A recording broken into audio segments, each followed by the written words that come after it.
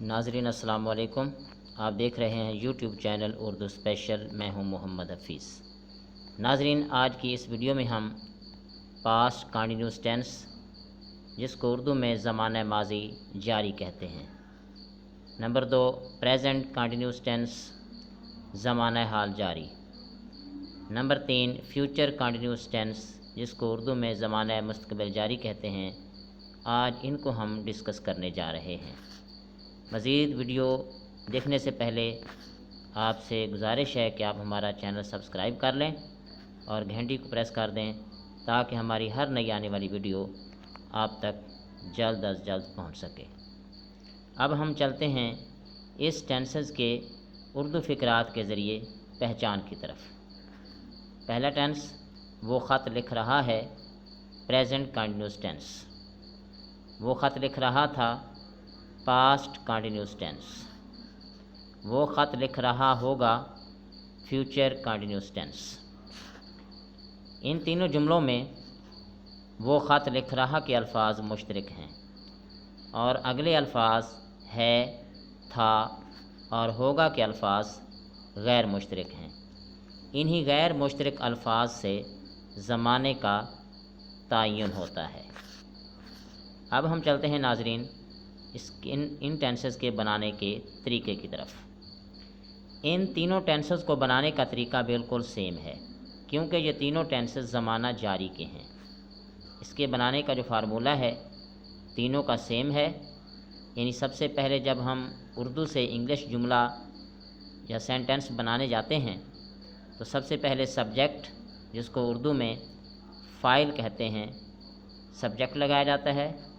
उसके बाद helping verb, helping verb के बाद वर्ब की आईएनजी वाली फॉर्म लगाई जाती है और फिर ऑब्जेक्ट लगाया जाता है।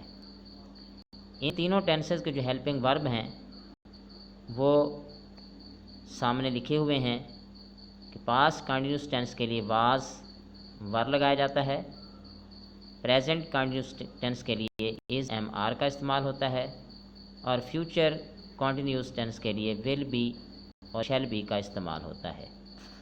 ये जो सामने आपको फार्मूला लिखा हुआ नज़र आ रहा है, subject plus helping verb plus verb की आईएनजी वाली फॉर्म और ऑब्जेक्ट, इसमें बाकी फ़िक्रा बिल्कुल सेम रहता है। सिर्फ इसमें हेल्पिंग वर्ब चेंज होता जाएगा और हमारा सेंटेंस जो है वो चेंज होता जाएगा, यानी टेंस भी चेंज होता जाएगा।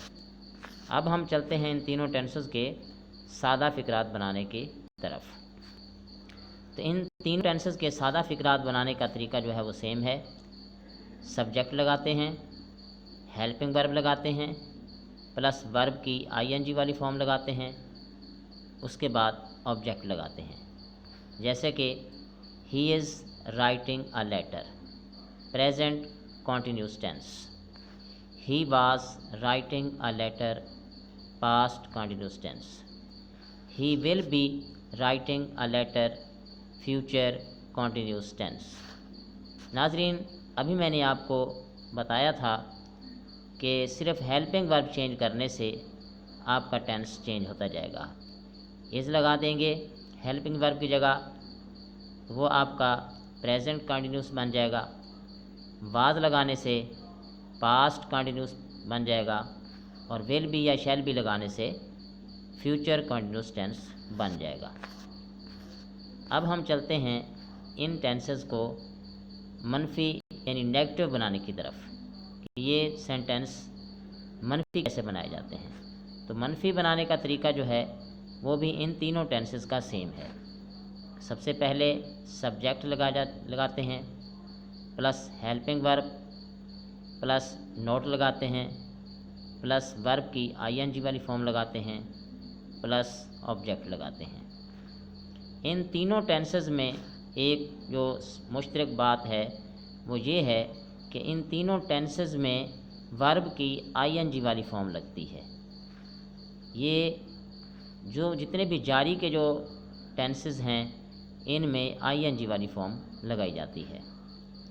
मिसाल के तौर पर he dash writing a letter, he is not writing a letter. वो ख़त नहीं लिख रहा है।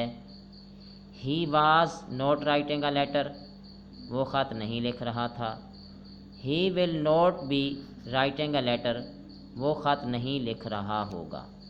यानी अगर हम इज़ नॉट लगा देंगे तो प्रेजेंट का नेगेटिव बन जाएगा।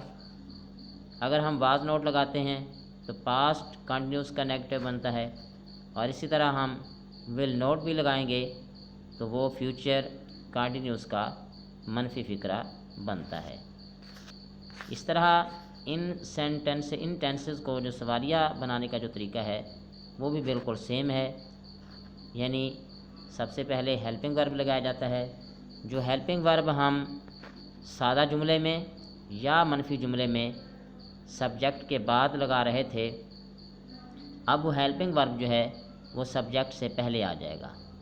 यानी helping verb plus subject plus verb की आईएनजी वाली form plus object plus question mark. अब इनके तीनों टेंसेस के जो है एग्जाम्पल्स जो हैं वो सेंटेंसेस के ज़रिए लिखी गई हैं। Is he writing a letter, क्या वो ख़त लिख रहा है। यानी ये जो इज़ है ये हेल्पिंग वर्ब है, ही सब्जेक्ट है, राइटिंग वर्ब की यानी राइट की आईएनजी वाली फॉर्म है, ऑब्जेक्ट जो है अ लेटर ये ऑब्जेक्ट है। इसी तरह was he writing a letter, क्या वो ख़त लिख रहा था। तो इस तरह वाज को हमने शुरू में लगाया और बाकी सेंटेंस उसी तरह ही रहने दिया। इसी तरह हमारे पास अगला है जी फ्यूचर कंटिन्यूस का सवालिया फ़िक्रा, will he be writing a letter. तो इस तरह हमने विल को सब्जेक्ट से पहले लगा दिया, फिर सब्जेक्ट उसके बाद बी राइटिंग अ लेटर। अब इसमें एक जो चीज़ समझने की है वो ये है कि अगर हमारे पास हेल्पिंग वर्ब एक से ज़्यादा हों यानी 2 हों या 3 हों, तो जब हम नेगेटिव सेंटेंस बनाते हैं तो उसमें भी हम क्या करते हैं कि हम पहले हेल्पिंग वर्ब के बाद नोट लगा देते हैं और नोट के बाद अगला हिस्सा उसका आता है। जैसे will not be writing a letter, चूँकि ये विल बी जो है ये 2 हेल्पिंग वर्ब इस्तेमाल हो रहे हैं। इसी तरह जब हम इसका सवालिया फ़िक्रा बनाएंगे तो उसमें भी यही जो है सिचुएशन रहेगी कि विल को हम बाहर निकालेंगे यानी सब्जेक्ट से पहले लिखेंगे और उसके बाद फिर बी लगाएंगे और उसके बाद वर्ब की आईएनजी वाली फॉर्म और फिर ऑब्जेक्ट हम लिख देंगे। ये थी नाजरीन आज की हमारी वीडियो जिसमें हमने present continuous tense, past continuous tense और फ्यूचर कंटिन्यूस टेंस को डिस्कस किया है। उम्मीद है कि ये वीडियो आपको पसंद आई होगी। अगली वीडियो तक के लिए इजाज़त दीजिए। अस्सलाम वालेकुम।